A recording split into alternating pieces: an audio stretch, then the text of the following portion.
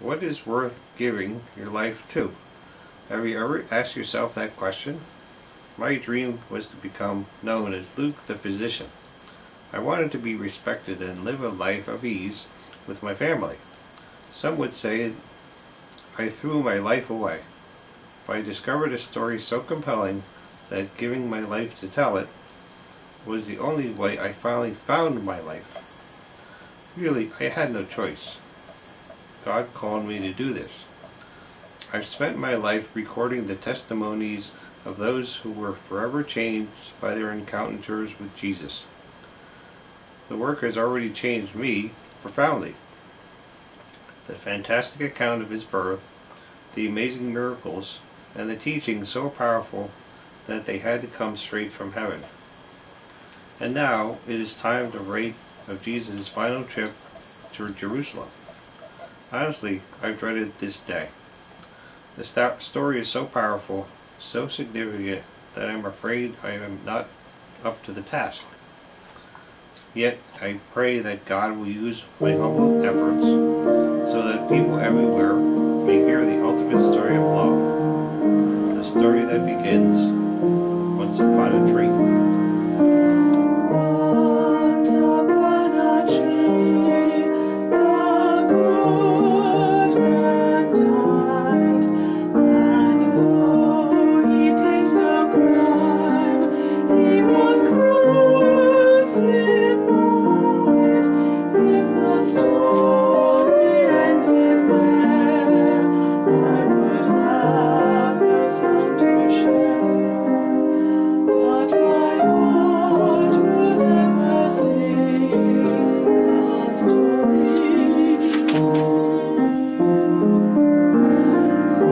Once upon a tree, so the story goes, and all its mystery surely no one knows. Could the Father's will be done through the suffering of his Son? And there comes the answer, once upon a tree. For God so loved the world, he gave his priceless pearl. What greater love could there be? He died, he rose again, still the story doesn't end, for his spirit is living in me. What tale of human love could ever be told? What song could compare with the one I wrote? Through everything I am and through everything I'll be, let me sing my story, once upon a tree.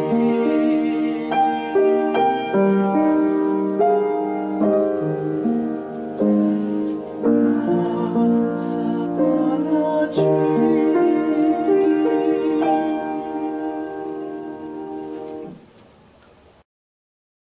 And when he had spoken, he went before, ascending up to Jerusalem. So many have testified of the joy and anticipation of that day. The disciples have said they felt a sense of destiny. Others were sure that they were seeing the Messiah himself, riding in that curious procession. The people celebrated as it seemed obvious that God had finally come to free them from tyranny and establish a new and godly kingdom. So when Jesus and the disciples entered the city, crowds flooded the streets as news of his arrival spread. Look in the distance.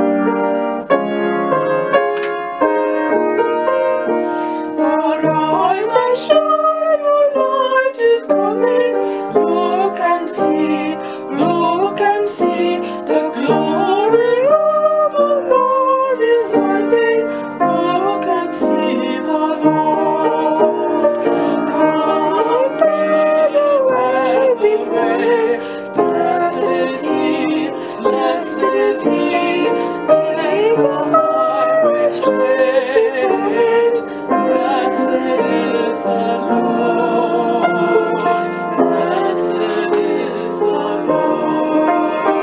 Hosanna, Hosanna, blessed is he who comes in the name of the Lord. Hosanna, Hosanna, blessed is he who comes in the name of the Lord. Joyful songs of praises, come and sing, come and sing. Raise your voice and wave the branches. Come and sing to the Lord. Come and sing to the Lord. Hosanna, Hosanna, blessed is he who comes in the name of the Lord. Hosanna, Hosanna, blessed is he who comes. Come and praise the Lord. Praise the Lord. Hosanna, Hosanna, come and praise the Lord. Jerusalem, the holy city, so full of history and tradition, full of politics and power, full of hypocrisy and corruption. Jerusalem was a dangerous place for a prophet, and Jesus knew it. But instead of being careful, he preached the truth even more boldly than ever before.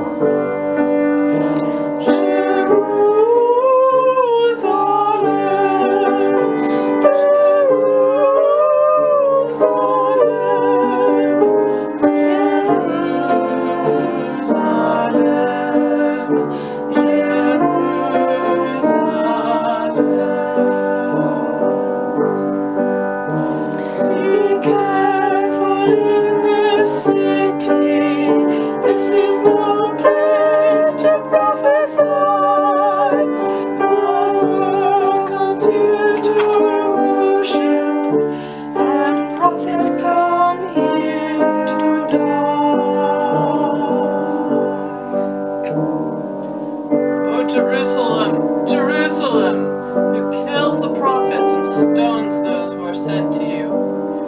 How I have longed to gather your children together, and you would not. Behold, your house is left to you desolate, and I tell you, you shall not see me until you shall say, Blessed is he that comes in the name of the Lord. Be careful in this city, be careful where you tread. The people rise to praise you, the Pharisees want you dead.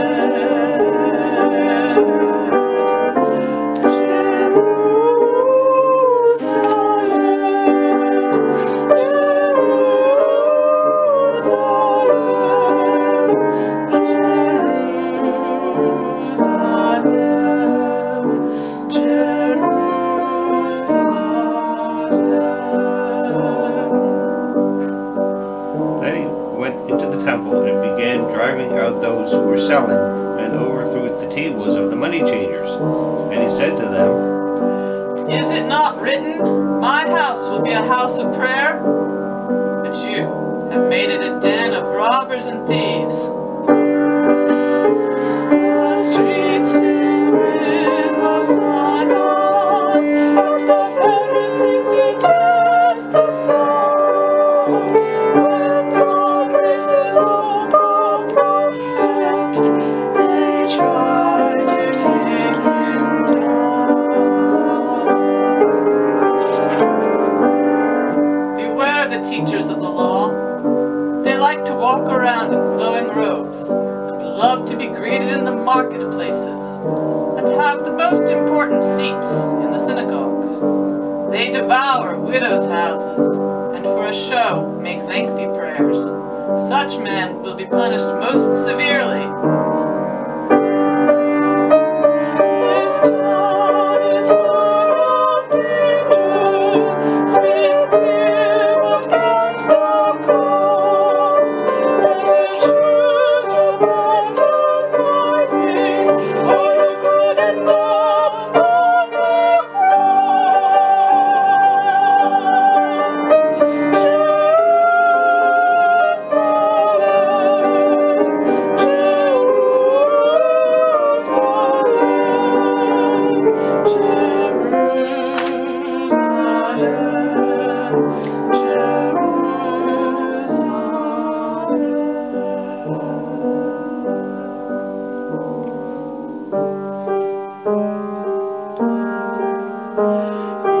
threatens the temple's power. The time to act has come. They meet this very hour, for something must be done. Something must be done. It must be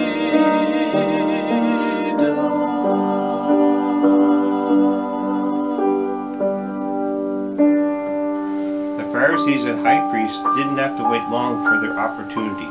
Judas, one of the disciples, was offered to lead them to Jesus when the crowds weren't around.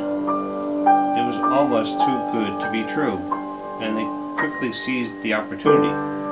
Jerusalem would waste no time in killing this prophet.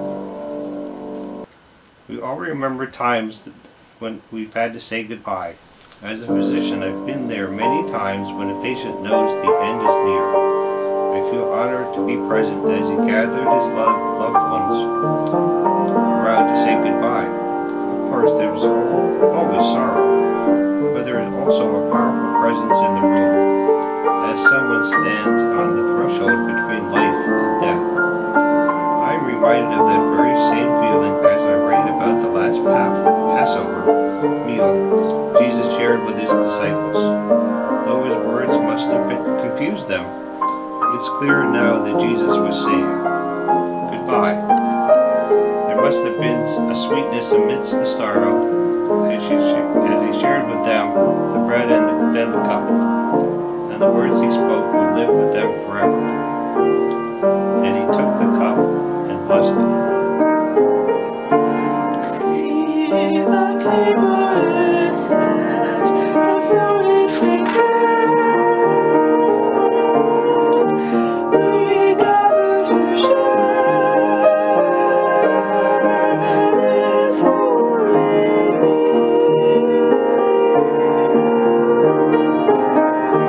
Do this and remember me.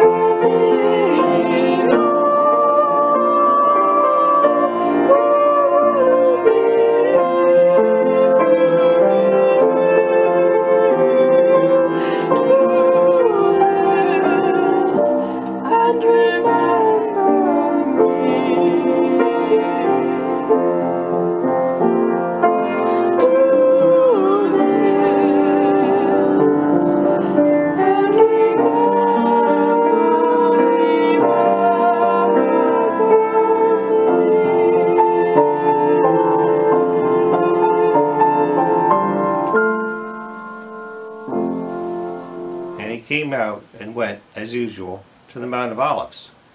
And his disciples also followed him to the Mount of Olives, the Garden of Gethsemane. Sometimes when I write, the power and emotion of the story overwhelms me. I am a physician, a man of science, and yet the drama grips me. The scene is so striking. Jesus is praying in the garden, torn between his dread of death and his commitment to God. Even as he prays for deliverance, he knows that one of his own has gone to betray him. The other disciples, still puzzled by Jesus' words of doom, are exhausted and fight to stay awake.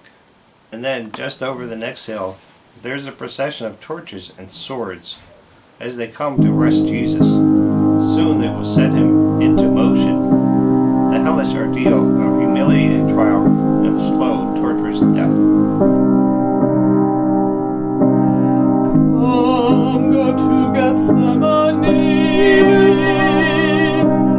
I will take you there with me. Lord, do not worry. We will follow where you lead. We will never leave your side. We will never leave. Will you stay awake with me? Stay alert and pray with me. Pray that we will stand the test. All we need is peace and rest. We will pray as evening comes.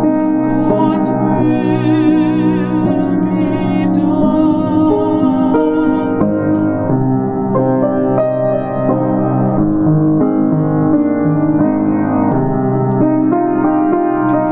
Father, take this cup from me. It is more than I can bear. Must it be my destiny to die in shame and suffering? Still I am your son. Your will be done.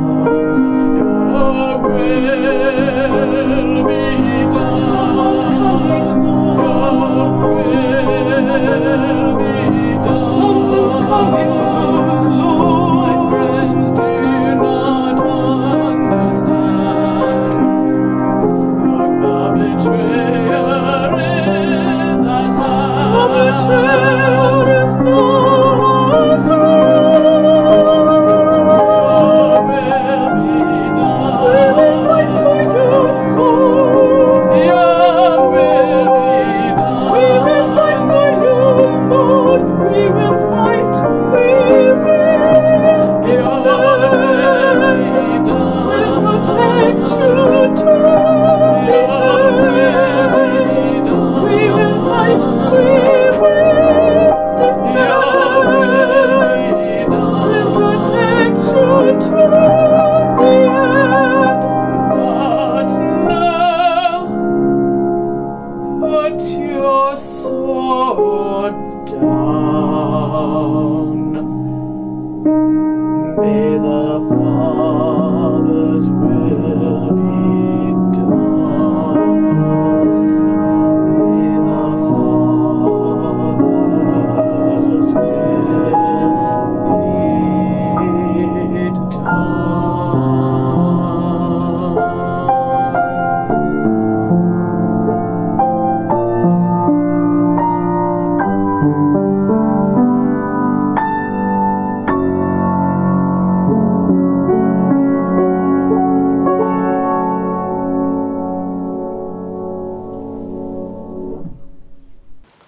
Why did Jesus have to suffer so throughout his life? Is it inevitable that the one who is courageous enough to stand for what is right, who lives in truth and love, must be persecuted by this cruel and corrupt world? Truth threatens and love challenges, but both are vulnerable.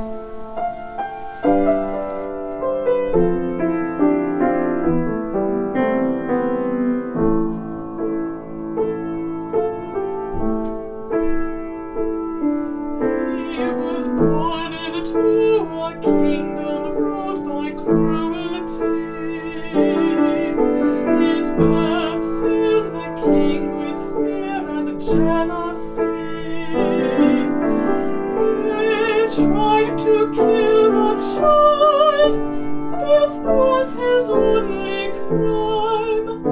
He was guilty of innocence. The child was saved and grew into a holy man.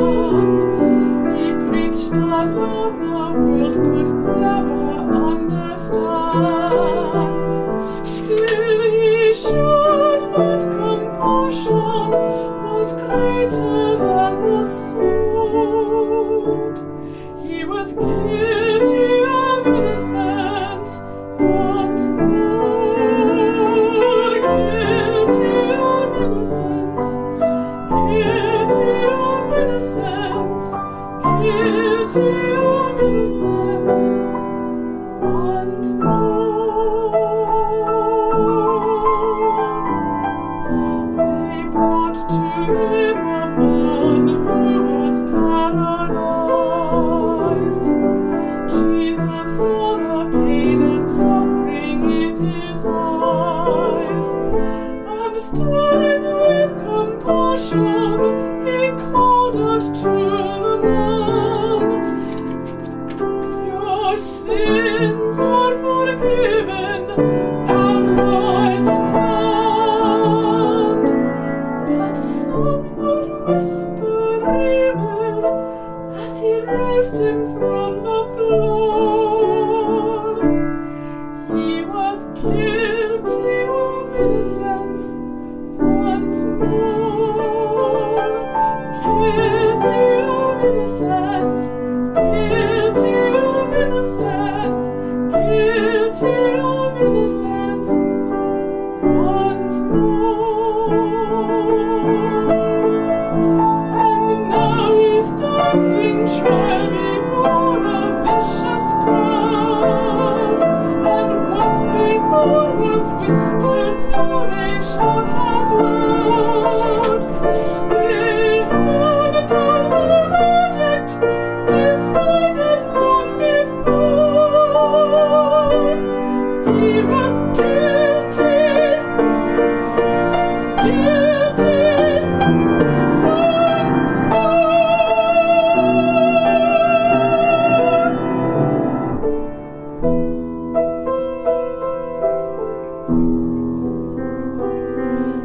And when they handed down the final penalty, there began a pardon for humanity. Though born into a world full of cruelty and sin, through Christ we are innocent. Once again we are innocent.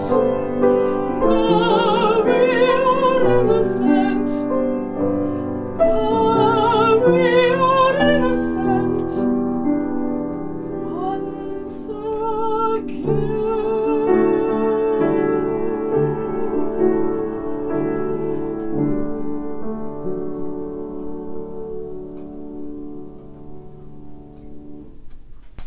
After questioning and beating Jesus most of the night, they finally took him to trial. I'm still shocked by the rage of the evil power that exploded on him. Even Pilate, the Judean ruler, was appalled by what they were doing to this innocent man. Pilate was ready to set Jesus free, but the crowd was relentless in its cry for his execution. Over and over, Crucify, crucify, crucify, crucify.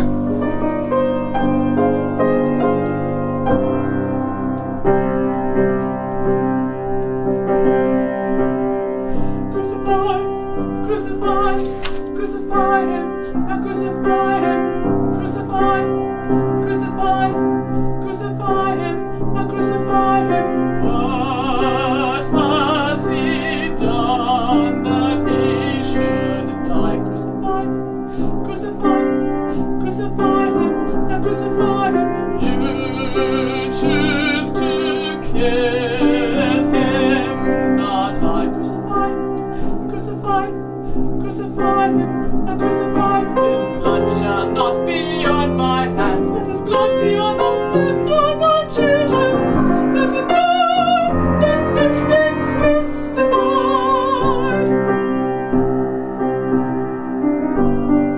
Crucify, crucify, crucify him. All three Barabbas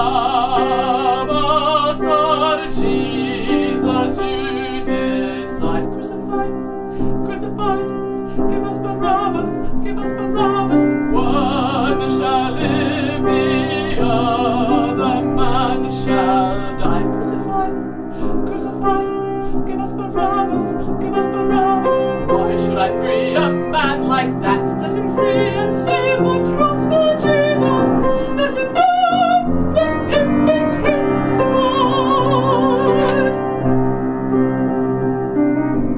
What has he done that he should die? Crucify, crucify, give us Barabbas, give us Barabbas. You choose to kill him, not I. Crucify, crucify, give us Barabbas, give us Barabbas. Crucify, crucify, give us Barabbas, give us Barabbas. Crucify, crucify, give us Barabbas, give us Barabbas. Stop! Take him, he's yours to crucify. Crucify him, crucify him, crucify, crucify him, crucify him, crucify him, crucify him, crucify him, crucify him, crucify.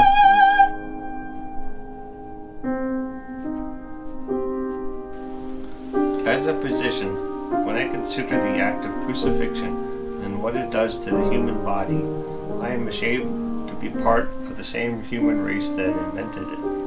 The cruelty of the cross is unbelievable. The tearing of the flesh, the exposure, dehydration, the suffocating pressure on the lungs.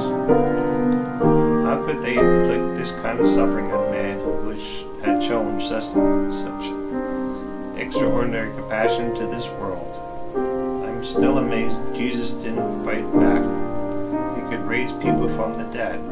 Surely he could strike those people down. But Jesus didn't seek revenge. Instead, he did a miraculous thing that is still hard for me to fathom. He prayed for them. From the very cross in which they nailed him, Jesus prayed for his tormentors. Such an act of love is far beyond this world. It is a love that touches the depths of my soul. Father, forgive them. They know not what they do. And then the soldiers led him into the palace, and they called together the whole cohort, and they clothed him with purple, and after twisting some thorns into a crown, they put it on. Forgive them, they know not what they began to salute him, "Hail, King of the Jews!" They struck him on the head with a reed, and spat upon him, and knelt down and bowed before him. And after they mocked him, they took off the purple, and put his own clothes on him, and led him out to crucify him. And they brought him to the place Golgotha, which means the place of the skull.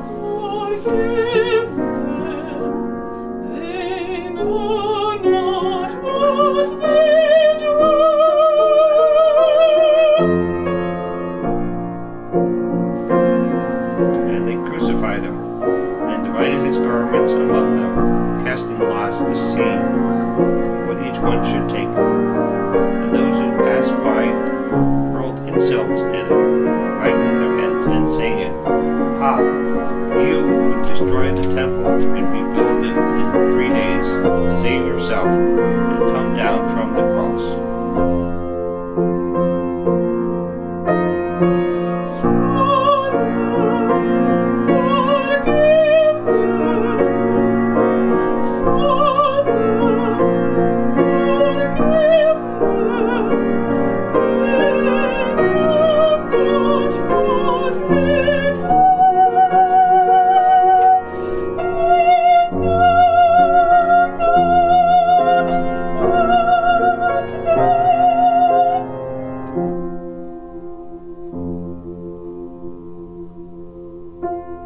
And Jesus cried with a loud voice, and breathed his last.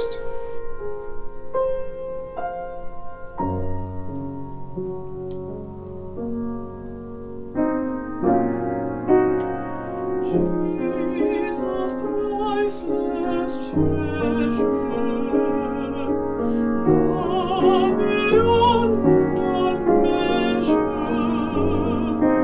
how could you forgive the pain and cruelty that you bore?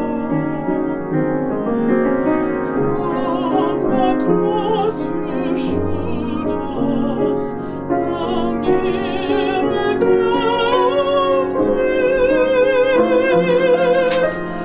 Lord, we stand in reverence of the life you gave to come to save the world.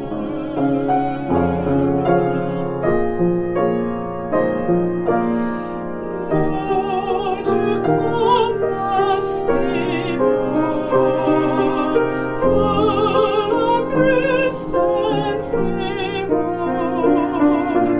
Who could ever stand before your throne without your grace?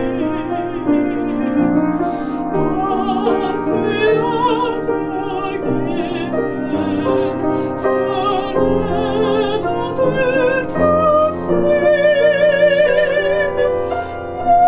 lifting high our voices as we worship you in gratitude and praise. We bring gratitude and praise.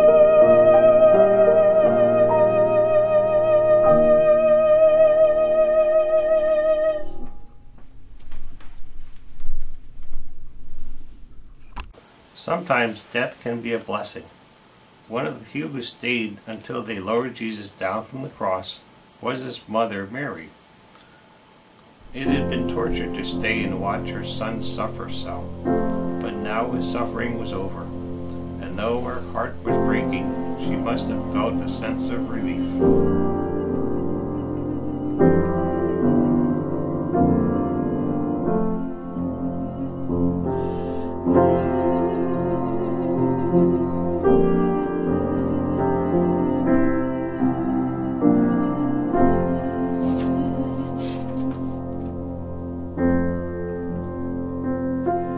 Oh, my precious Jesus, now your suffering's over. Poor and tortured body, now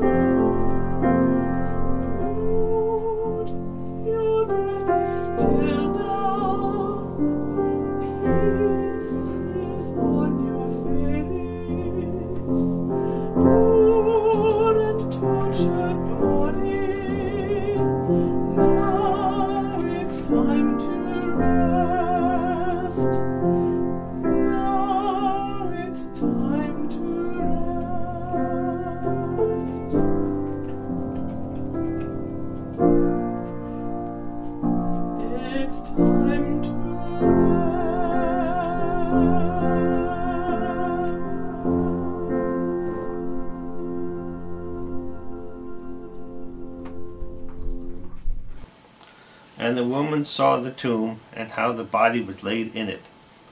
And they went home and prepared spices and perfumes. But they rested on the Sabbath. Lord God, your will is a mystery, that you would become a man and subject yourself to the cruelties of this world to demonstrate your love for us. Have mercy on me, for I am not worthy to even set my pen to the telling of this story. Still, through your death you gave us life. Through your grace you made us whole, and by your strength I will never turn from telling the story of your deep and holy love. With every breath I take, through every day I live, let me be a witness of the story of your heavenly love.